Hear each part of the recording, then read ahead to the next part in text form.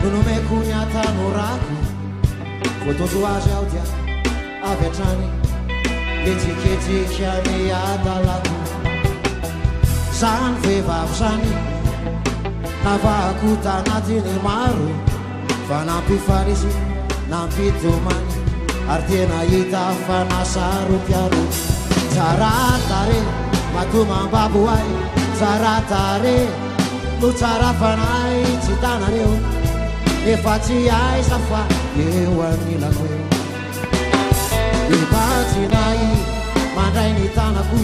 manorokay miantsony anarako tsy renareo izao nefa to mandrena feo de zany vehivavy zany no mahalala ny tantarako tsaroko tsara fa mbola izy any namadibaditsy any anarako izany vehivavy zany anisany tena be fitiavana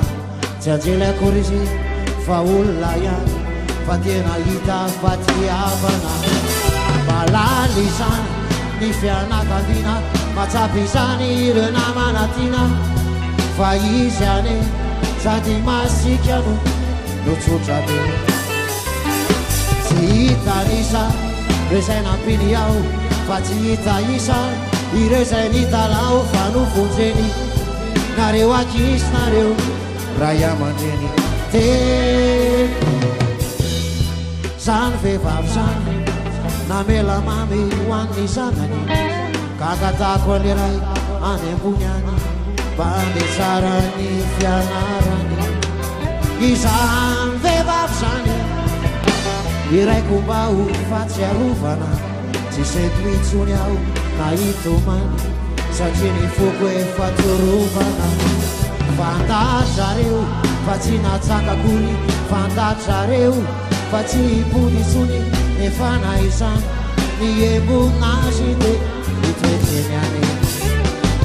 na ny voady ny fanoloranay sy ny adiady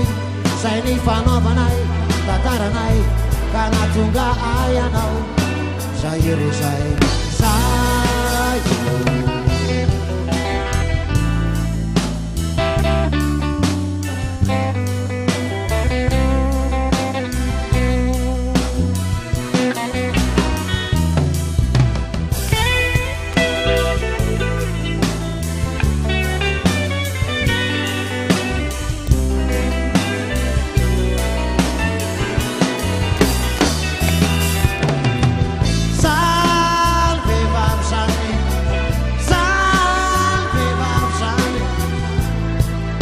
embon'azy de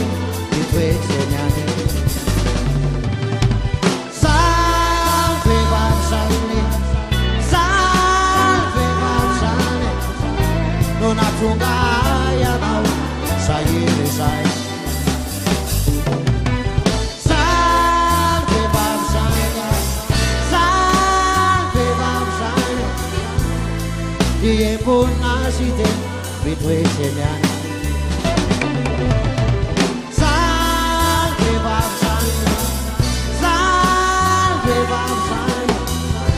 no natonga ay anao zay rezay